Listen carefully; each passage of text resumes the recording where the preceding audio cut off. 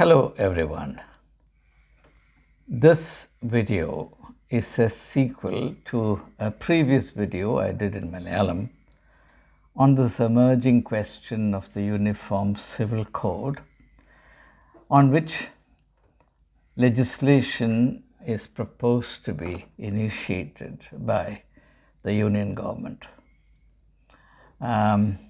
A joint session of the Parliament is scheduled to be convened, at which reportedly the Uniform Civil Code Bill will be presented, and there is a distinct possibility of that becoming the law of the land. In this video, I have only one particular issue to discuss, and that is the theological issue, the foremost theological issue arising out of the legislation, the intended legislation, from a Christian point of view. Now, I'm not saying that what I'm going to identify is the only theological issue. I said the foremost theological issue, which means that there are other issues, but within the scope of this video, those issues will not have a place. I'll concentrate in the interest of clarity as well as brevity on one particular aspect. What could possibly be the main hesitation on the part of religious communities, particularly the Christian community, in relation to the Uniform Civil Code? I want to suggest, even though I'm not opposed to the Uniform Civil Code, I'm not unaware of the theological contention or theological issue here, which is, and it's a very, very fundamental one, and let's pray that we be enabled to understand this issue as clearly as possible. Now, one of the highest forms of authority, in fact, the supreme authority, the ultimate form of authority is the authority to decide what a people shall do and what they shall not do. There is no authority higher than this. That's the first principle you must remember. You might ask me, what is the connection between this and the Uniform Civil Code? Well, that's precisely what I'm going to reveal in a short while. But let's go step by step. Let's think logically. So what's the supreme, ultimate form of authority? The authority to decide what a people shall do and what a people shall not do, how a people shall do what they would like to do, and how they shall not do it. That's the first principle. The second principle is this. It's a historical fact. In olden days, this authority rested only with God. You look at the early stage in the evolution of a society, any society in the world, you will find the religious differences apart. The idea was universally present that God is the giver of the law. That's why personal laws are considered sacrosanct, because they are not the products of secular legislation. This has to be very clearly understood. So a religious community is obliged, there's no question of choice here. A religious community, by definition, is obliged to believe that God is the ultimate, in fact, the only lawgiver. And particularly in matters religious, in matters spiritual, and by kind of common kind of distinction, matters pertaining to the personal life of individuals. That's why personal liberties are protected by the codes and constitutions around the world. In fact, the authority of the state is not supposed to encroach into this protected sacred territory of personal and private life. Though, of course, totalitarian states tend to monopolize even the private life of individuals. That's why the modern state tends to become more and more invasive. And today, you cannot sneeze without the government coming to know of it. So there's a huge issue here. we have a government, not just in India, I'm talking about global tendencies, thanks to the technology, the invasive power of technology that human beings have evolved. States or governments around the world tend to be very invasive into the private life of individuals. Actually, the idea of private is now purely notional. If I make a phone call, it will be known to the government, the appropriate agencies, and if I say something which the government doesn't like, there will be a knock at my door. That's precisely where we are, and that's how it is not only in India but in many, many countries of the world, especially countries which are technologically advanced. Okay, so the fundamental notion is, the fundamental issue here pertains to this one thing: who should be the lawgiver as far as the personal lives of individuals are concerned. Now, there is no dispute that the fountainhead of law concerning the common life of the people, that's the life lived in public, my life as a worker, an employee, my life as a political activist, my life as a thinker, my life as a person in public life, all these must be regulated by the laws enunciated by the state. My citizenship, for example, my human rights, to the extent that they belong to the public domain, all these are covered under the ambit of the Constitution, and that is the domain of secular law. It's not the product of divine law. And that's why, the Indian Constitution begins with these words: "We, the people of India." Not in the name of God we affirm the following. No, we, the people of India. So it's a secular constitution. And this matter was debated in the Constituent Assembly, and finally it was decided that the idea of invoking God here in the preamble should be abandoned, and it was abandoned. So now, so far, the state limited its power to legislate. Legislate means exercise the authority to decide what you shall do and what you shall not do, particularly what you shall not do, right? Legislations tend more to prescribe what individuals should not be doing. And law in general is like that. So far, the state limited itself to legislating or telling us what we shall do or shall not do in our public life, or in the public domain, in the public space, or the public sphere. These are the different words used for it. Sometimes the word democratic space is also used, and I prefer that expression actually to the idea, the phrase public sphere, the democratic space.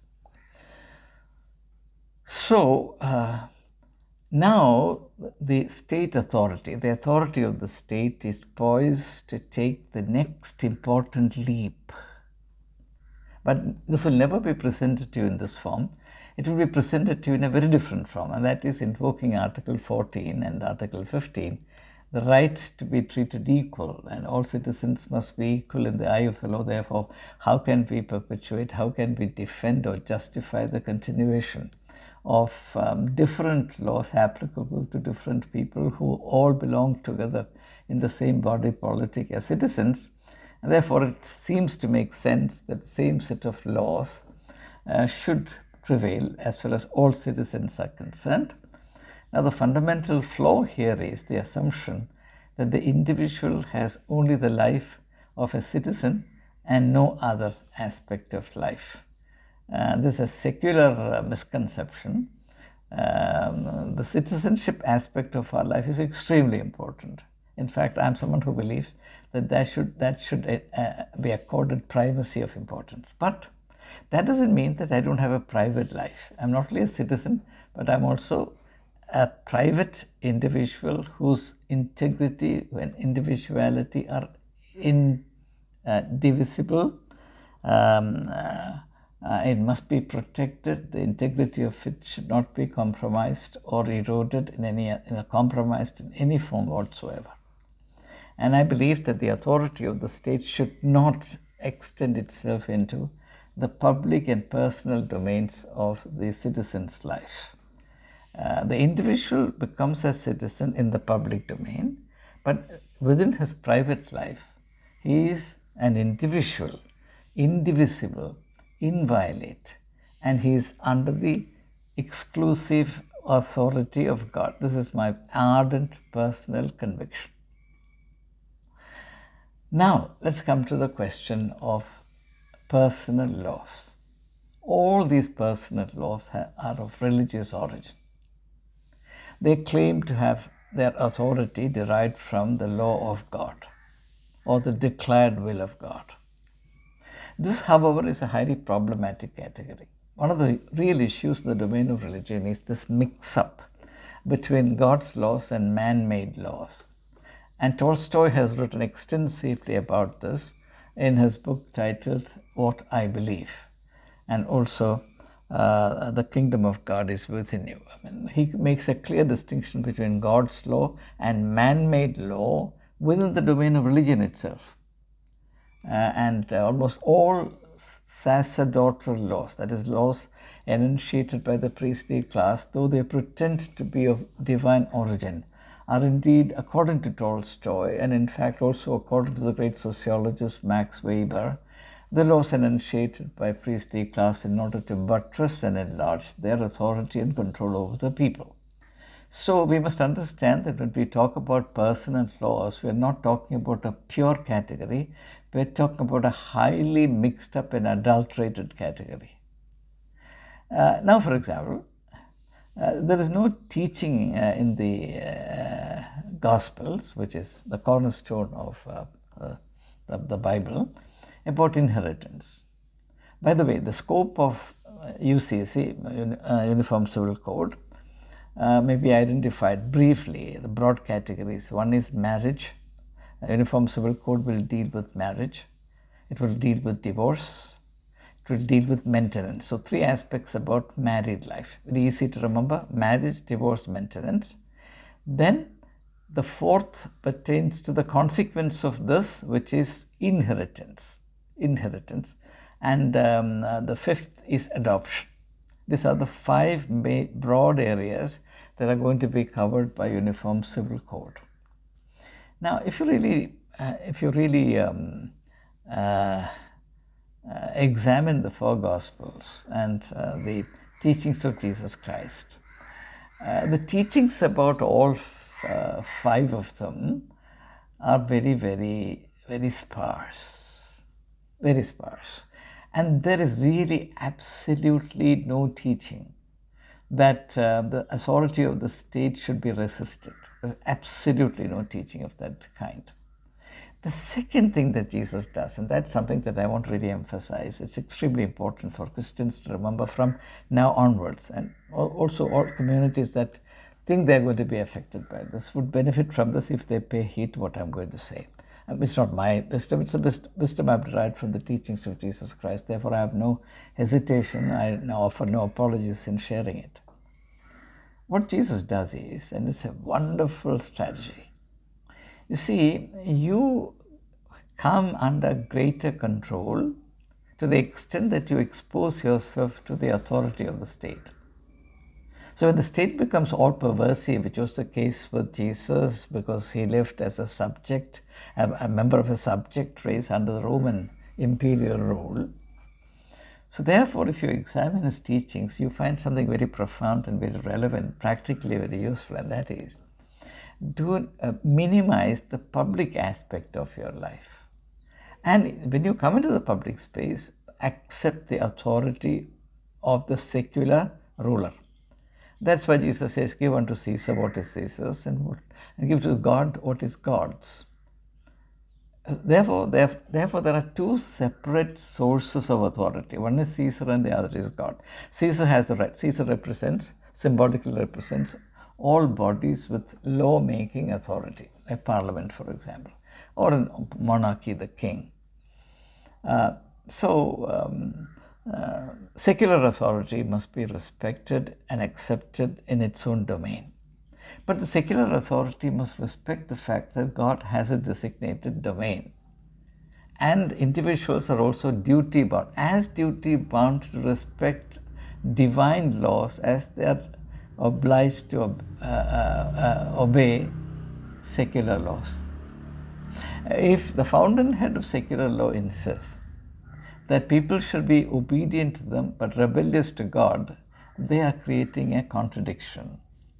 If people are rebellious towards God, they'll also be rebellious to secular authority, and therefore the outcome would finally be, sooner or later, the birth of a very anarchic society.